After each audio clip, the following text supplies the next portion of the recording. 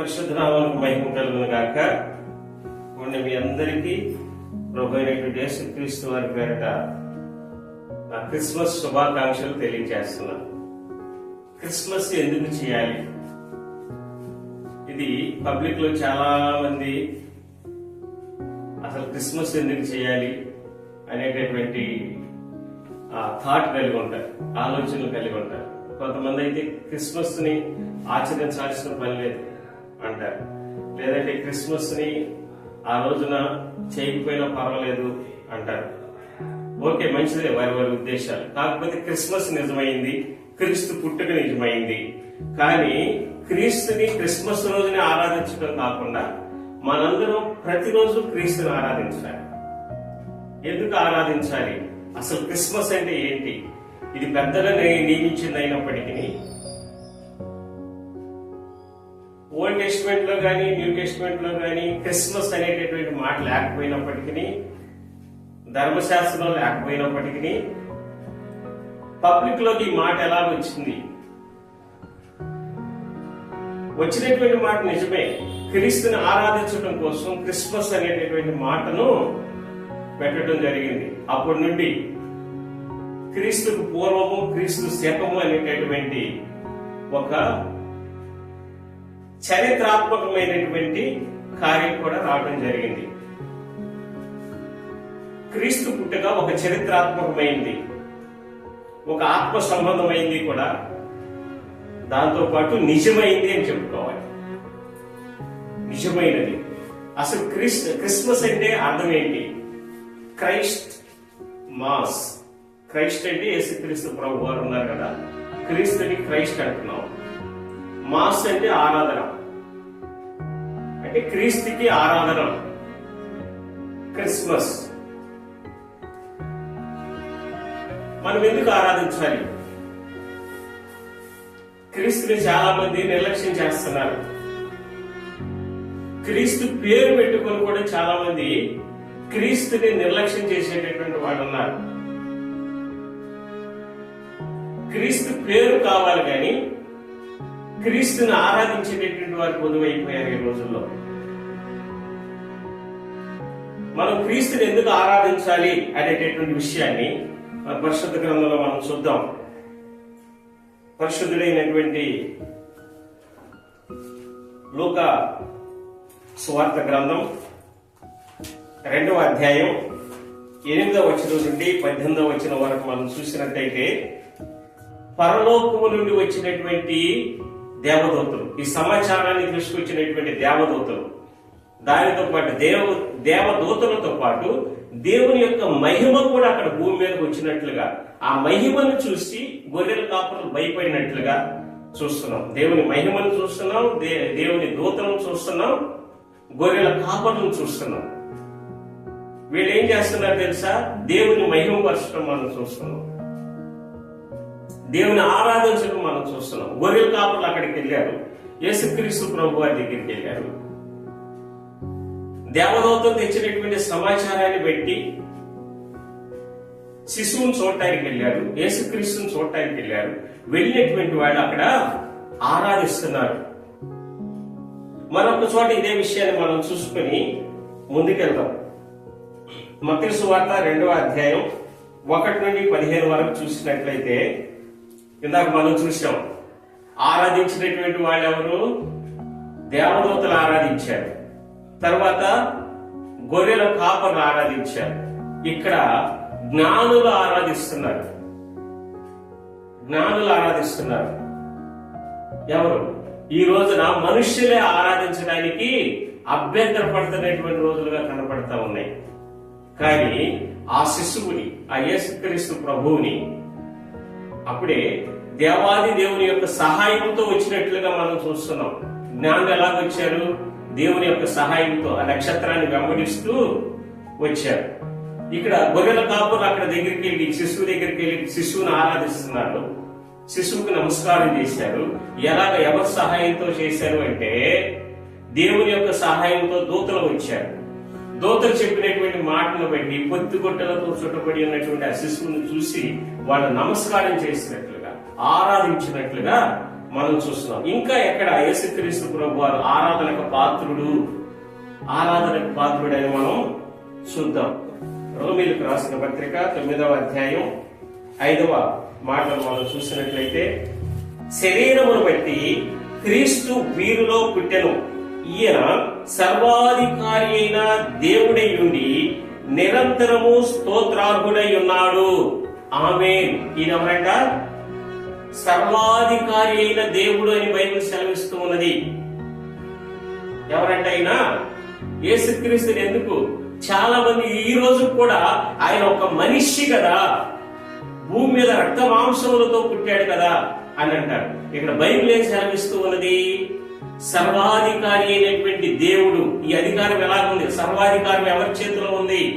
యేసుక్రీస్తు ప్రభు వారిలో ఉంది. ఈయన దేవుడు అని బైబిల్ చెబుతుంది. అందుకే మనం క్రీస్తుని ఆరాధన చేయాలి, క్రిస్మస్ చేయాలి, క్రీస్తుకి ఆరాధన చేయాలి అనేటటువంటిది ఒక ప్రాముఖ్యమైనటువంటి విషయం. తర్వాత మనం చూసినట్లయితే భక్తుడైనటువంటి తీతు రాసిన పత్రిక 2వ అధ్యాయం 13వ వచనం మనం చూసినట్లయితే, అనగా మహాదేవుడును మన రక్షకుడునైన యేసు క్రీస్తు మహిమ యొక్క ప్రత్యక్షత కొరకు ఎదురు చూచుచు ఈ లోకములో స్వస్థ బుద్ధితోనూ నీతితోనూ భక్తితోనూ బ్రతుకుచుండవలెనని మనకు బోధించుచున్నది.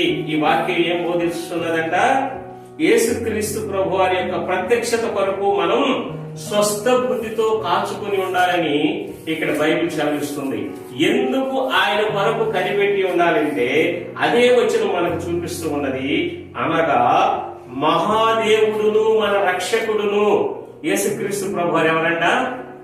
మహాదేవుడును మన రక్షకుడుగా ఉన్నాడు కనుక ఆయన ఆరాధన మనం చేయాలి. ఆయన మన రక్షకుడు, పాపను రక్షించడానికి వచ్చినటువంటి రక్షకుడు. అంత మాత్రమే కాదు, ఒక మనిషిగా వచ్చాడని మనిషి అయిపోలేదు, మహాదేవుడిగా ఉన్నాడని బైబిల్ వాక్యం మనకు సెలవిస్తూ ఉన్నది. 1 యోహాను పత్రిక 5వ అధ్యాయం 20వ వచనం మనం చూసినట్లయితే, మనము సత్యవంతుడైన వానిని ఎరుగవలెనని దేవుని కుమారుడు వచ్చి మనకు వివేకం అనుగ్రహించి ఉన్నాడని ఎరుగుదుము. మనము దేవుని కుమారుడైన యేసుక్రీస్తునందున్న వారమై సత్యవంతుని అందు ఉన్నాము. ఆయనే నిజమైన దేవుడును నిత్య జీవమునై ఉన్నాడు. ఇక్కడ బైబిల్ ఏం చెబుతుంది? ఆయన నిజమైన దేవుడును నిత్య జీవమునై ఉన్నాడు. ఆయనే నిత్య జీవం. ఆయన శరీరధారిగా ఈ భూలోకంలో ఉన్నప్పుడు ఒక మాట చెప్పారు. ఏమిటా మాట అంటే, నేనే మార్గమును సత్యమును జీవమునై ఉన్నాను. ఆయన ఊరికే చెప్పలేదు, ఆయన నిత్య జీవమై ఉన్నాడు కనుక ఇంకో చోట చెప్తాడు, నేనే పునరుద్ధానమును జీవమును అయి ఉన్నానని చెప్తాడు. మొదటిగా పునరుద్ధానుడు ఆయనే. మనం అందరం పునరుద్ధానం అవటానికి కారకుడు కూడా ప్రభువారే. కనుక ఇక్కడ వాక్యం మనకు తెలియజేస్తున్నటువంటి విషయం ఏంటంటే, ఆయన నిత్య జీవము కలిగినటువంటి దేవుడు. ఆయనే నిజమైన దేవుడు, నిత్య జీవము గలవాడునై ఉన్నాడని బైబిల్ సెలవిస్తూ ఉన్నది. ఉందా? ఆధారం ఉందా లేదా? ఎక్కడైనా సరే విమర్శలకు చోటిస్తుందా? బైబిల్ ఎక్కడైనా విమర్శలకు చోటిస్తుందా? ఈయన నిజమైన దేవుడును నిత్య జీవమును అయి ఉన్నాడని బైబిల్ సెలవు. అందుకని ఆయన మనం ఆరాధించాలి. ఆయన పొరపాటు, అయ్యో యేసుక్రీస్తు ప్రభు వారిని నేను దేవుడా అనేసాము అంటారు ప్రార్థనలో. నీవిచ్చిన నీ కుమారుడు అని ఉచ్చరించాలి కదా. నేను నిజమే, ఆయన దేవుని కుమారుడుగా వచ్చాడు. దేవుని కుమారుడు అని తప్పులేదు. కాకపోతే ఈయన దేవుడని కూడా ఒప్పుకోవాలి, ఈయన క్రీస్తు అని ఒప్పుకోవాలి. ఎందుకో తెలుసా? దేవునికి మారుగా వచ్చాడు, ఆయన కుమారుడుగా వచ్చాడు కనుక ఆయన దేవునికి కుమారుడిగా పిలువబడ్డాడు. ఆయనే మన రక్షకుడు, మన విమోచకుడు, మన ప్రాణ ప్రదాత, మన రక్షణ ప్రదాత. ఈయనకి మనం ఆరాధన చేయాలి. ఆరాధనకు అర్హుడు, ఆరాధనకు పాత్రుడు. కొంతమంది ఈయనకు ఆరాధన చేయరు. ఈయన నిజమైన దేవుడని నమ్మగలిగితేనే మనం ఆరాధన చేయగలుగుతాం. ఈయనే నిజమైన దేవుడని బైబిల్ సాక్ష్యమిస్తుంది, బైబిల్ చెబుతూ ఉన్నది. మరి మనం ఏం చెబుతున్నాం? ఆయన దేవుని కుమారుడు, ఆయన మనుష్యుడు, మరియు కుమారుడు అని ప్రకటిస్తున్నామా? అయితే పొరపడుతున్నాం. ఆయన కేవలం కుమారుడు మాత్రమే కాదు, కుమారుడై ఉన్నటువంటి దేవుడు, కుమారుడుగా వచ్చినటువంటి దేవుడు, కుమారుని స్థానంలో ఉన్నటువంటి దేవుడు, తండ్రి కుమార పరిశుద్ధాత్మ అనేటటువంటి ఆ యొక్క నామము కలిగినటువంటి వాడు ఏకైక దేవుడైనటువంటి త్రిత్వములో ఒకరై ఉన్నటువంటి దేవుడు యేసుక్రీస్తు ప్రభువారు అని ఇవి సమయంలో మీకు తెలియజేస్తున్నాను. తర్వాత ఈయన గురించి, యేసుక్రీస్తు ప్రభువారి గురించి మనం తెలుసుకోవాలంటే యోహాను సువార్త 1వ అధ్యాయం 14-15 చదువుతున్నాను. ఈ వాక్యము శరీరధారి కృపా సత్య సంపూర్ణుడిగా మన మధ్య నివసించను. తండ్రి వలన కలిగిన అద్వితీయ కుమారుని మహిమ వలె మనము ఆయన మహిమను కనుగొంటిమి. యోహాను ఆయన గూర్చి సాక్ష్యమిచ్చుచు, నా వెనుక వచ్చువాడు నాకంటే ప్రముఖుడు గనక ఆయన నాకంటే ముందటి వాడాయనని నేను చెప్పిన వాడు ఈయనే అనియు ఎలుగెత్తి చెప్పెను. ఆయన పరిపూర్ణతలో నుండి మనమందరము కృప వెంబడి కృప పొందితిమి. ధర్మశాస్త్రము మోషే ద్వారా అనుగ్రహింపబడెను, కృపయు సత్యమును యేసుక్రీస్తు ద్వారా కలిగెను. ఎవడును ఎప్పుడైనను దేవుని చూడలేదు. తండ్రి రొమ్ముననున్న అద్వితీయ కుమారుడే ఆయనను బయలుపరచెను. ఈ మాటలు మనం గమనించినట్లయితే ఈయన అద్వితీయ కుమారుడై ఉన్నాడు. ఎవరికి? దేవాది దేవునికి అద్వితీయ కుమారుడు అంటే ద్వితీయుడు కాని వాడు, ఏకైక కుమారుడు. ఇంకా కుమారులు ఉన్నారని చెప్పుకోవడానికి అవకాశం లేనట్లుగా, లేదంటే ఇంకా అద్వితీయుడైనటువంటి దేవుడు ఒక్కడే ఉన్నాడు. ఈయన అద్వితీయుడిగా కనపడుతున్నాడు. ఏకైక దేవుడు అని మనం చెప్తాం. దేవుడు ఎంతమంది అంటే ఒక్కడే చెప్తున్నాం. అందులో ఇమిడి ఉన్నటువంటి వాడే ఈ కుమారుడుగా వచ్చినటువంటి అద్వితీయుడు, ద్వితీయత కానిటువంటి వాడు. ఈ యొక్క మాట గ్రాంధికం అని చెప్పుకోవచ్చు, లేదంటే మన యొక్క మూల భాష అయినటువంటి సంస్కృతం అని చెప్పుకోవచ్చు. మూల భాషగా, తెలుగుకు మూల భాషగా పరిగణించబడేటటువంటి ఈ మాట ద్వితీయము కానిది అంటే రెండవది కానివాడు అద్వితీయుడు. ఈయన ఏకైకుడు. ఆయనే తండ్రియు కుమారుడును పరిశుద్ధాత్ముడు. ఇదంతా ఒకటేనని బైబిల్ మనకు స్పష్టంగా తెలియజేస్తుంది. అందులో ఒక్కడైనటువంటి, లేదంటే అందులో ఇమిడి ఉన్నటువంటి, తండ్రి రొమ్మున ఆనుకున్నటువంటి కుమారుడు యేసుక్రీస్తు ప్రభువారు అని ఇక్కడ యోహాను ద్వారా చెప్పబడినటువంటి మాట కూడా భక్తుడు రాస్తున్నటువంటి ఈ యొక్క అపోస్తలుడైనటువంటి యోహాను మరలా బాప్తిస్మం ఇచ్చేటటువంటి యోహాను కనబడదు. వీళ్ళు చెప్తున్నటువంటి యొక్క సాక్ష్యాన్ని వ్రాయబడి ఉంది. ఈయన అద్వితీయుడని వ్రాయబడి ఉంది. అందుకని యేసుక్రీస్తు ప్రభువారిని మనం ఆరాధన చేయాలి. ఎందుకు ఆరాధన చేయాలి? ఎందుకు క్రిస్మస్ చేయాలి అంటే ఈయన దేవాది దేవుడు, ఈయనే దేవుడు, ఈయనే మన రక్షకుడు, ఈయనే మన ప్రభు, ఈయన మహాదేవుడు. అందుకనే మనం ఆరాధన చేయాలి. యెషయా గ్రంథం 9వ అధ్యాయం 6వ వచనం మనం చూసుకున్నట్లయితే, ఏలయనగా మనకు శిశువు పుట్టెను, మనకు కుమారుడు అనుగ్రహింపబడెను, ఆయన భుజముల మీద రాజ్యభారముండును, ఆశ్చర్యకరుడు, ఆలోచనకర్త, బలవంతుడైన దేవుడు, నిత్యుడగు తండ్రి, సమాధానకర్తయగు అధిపతి ఆయనకు పేరు పెట్టబడును. ఈయనెవరంట? ఆశ్చర్యకరుడు, ఆలోచనకర్త, బలవంతుడైన దేవుడు. ఎవరంట? ఆరంభంలో మనం చూసినట్లయితే ఏలయనగా మనకు శిశువు పుట్టెను ఆరంభించాడు. ఎవరు? ప్రవచన వాక్యాలు అన్ని నమ్ముతున్నాం కదా, మరి ఎందుకు క్రీస్తు దేవుడని నమ్మవు? యెషయా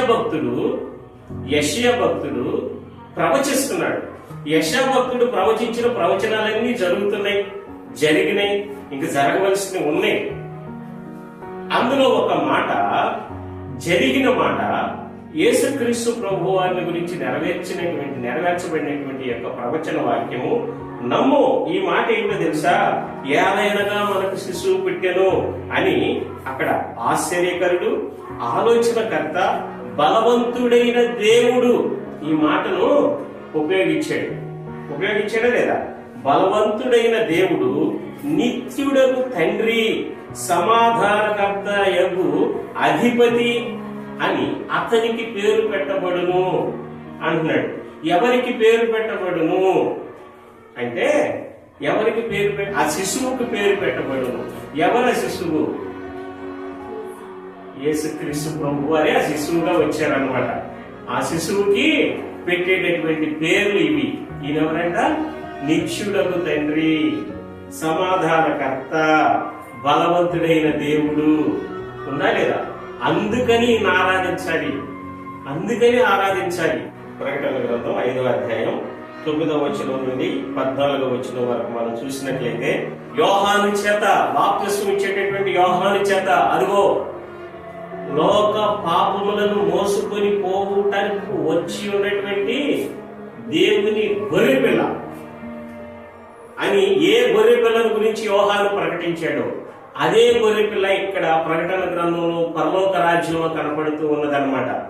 ఎలాగ కనపడుతుంది? వధించబడటం అయిపోయిందనమాట. రక్తసిక్తమైనటువంటి గొర్రెపిల్ల, గాయపడినటువంటి గొర్రెపిల్ల, వధింపబడినటువంటి గొర్రెపిల్ల ఇప్పుడు స్తోత్రార్హుడుగా కనపడుతూ ఉన్నాడు. ఆయన కోసం ఒక కొత్త పాట పాడుతున్నారన్నమాట. చూసారా? గమనించారా? ఈయన స్తోత్రార్హుడు, ఈయన స్తుతికి పాత్రుడు, ఈయన ఆరాధనకు పాత్రుడు. అందుకే మనం ఆరాధించాలి. పరలోకంలో ఆరాధించడం భక్తుడు రాస్తున్నాడు, భూలోకమంతా ఆరాధించడం భక్తుడు రాస్తున్నాడు. భూమి పైన ఆరాధించడం, భూమి క్రింద ఆరాధించడం, ప్రతి సృష్టంలోనూ సృష్టమంతా కూడా యావత్ జీవులు కూడా ఉదయకాలంలో లేచి దేవునికి ఆరాధన చేస్తున్నాయి. ఎవరికి ఆరాధన చేస్తున్నాయి? ఈ భూమిని ఆకాశాన్ని సృష్టించినటువంటి సృష్టికర్త అయినటువంటి యేసుక్రీస్తు ప్రభు వారికి ఆరాధన చేస్తుంది. అందుకనే నీవు నేను కూడా ఆయనకు ఆరాధన చేయాలి. అందుకనే పిచ్చివారుగా ఈ పేరు పెట్టలేదు. ఏ పేరు? క్రిస్మస్ అని. క్రీస్తుకు మనం ఆరాధన చేయాలి. ఎప్పుడు ఆరాధన చేయాలి? డిసెంబర్ 25 కాదు, 365 రోజులు మనం బ్రతికున్నంత కాలం, పుట్టినది మొదలుకొని చనిపోయేంత వరకు కూడా 24 గంటలు, ప్రతి నిమిషము, ప్రతి సెకను, ప్రతి రోజు, ప్రతి నిత్యము కూడా ఆయన హృదయపూర్వకంగా మనం ఆరాధన చేయబద్దులమై ఉన్నాము. దేవుడి మాటలు మన వినికిడిలో భద్రపరిచి మనం క్రిస్మస్ సంతోషంతో నింపి మనం కూడా ఆరాధన చేసేటటువంటి వారుగా మనం ప్రభు తీర్చిదిద్దును గాక. ఆమేన్.